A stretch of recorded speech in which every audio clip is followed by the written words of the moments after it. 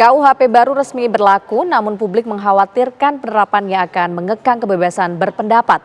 Lalu, apakah ruang kritik dan kebebasan sipil benar terancam dari penerapan KUHP baru tersebut?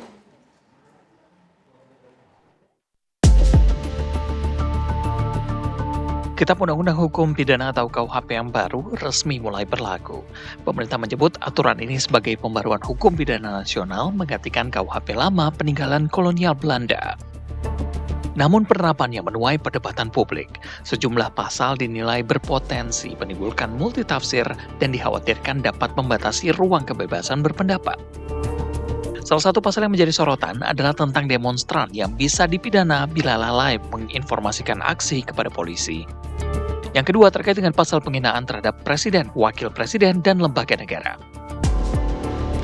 Nah, itu yang kedua. Dan kemudian yang ketiga gitu ya. Yang saya katakan tadi tentang kontradiksi itu antara kebebasan sipil gitu ya. Dalam pasal 218, 240 itu sendiri gitu ya.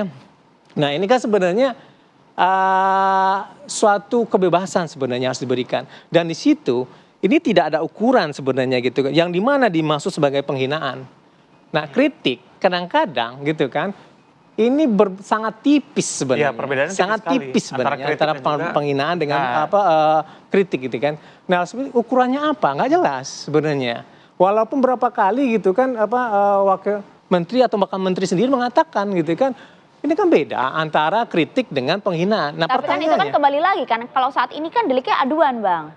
Betul. Bukan delik umum lagi loh. Betul. Tapi pertanyaan ini sangat subjektif. Walaupun delik aduan sangat subjektif. Kalau saya merasa tersinggung dengan itu, saya bisa melaporkan kan, saya mengadukan kan. Penghinaannya apa? Penghinaan itu adalah perbuatan menista, merendahkan, dan juga memfitnah. Saya pikir konstitusi dimanapun, Mbak Maria dan Mas Reza, memberikan kebebasan seluas-luasnya bagi masyarakat untuk berpendapat. Tetapi tidak ada satupun konstitusi di dunia ini yang mengizinkan masyarakat untuk menghina siapapun. Nah, itu yang pertama. Dan saya perlu mengingatkan juga, mohon izin Bang Alfon kalau saya masuk ke dalam ranah ICCPR. Pasal 19 ICCPR itu memungkinkan hak-hak sipil politik itu dibatasi untuk kepentingan ketertiban umum dan dasar moralitas. Jadi kebebasan berpendapat dijamin, tapi di satu sisi ingat ada hak orang lain juga.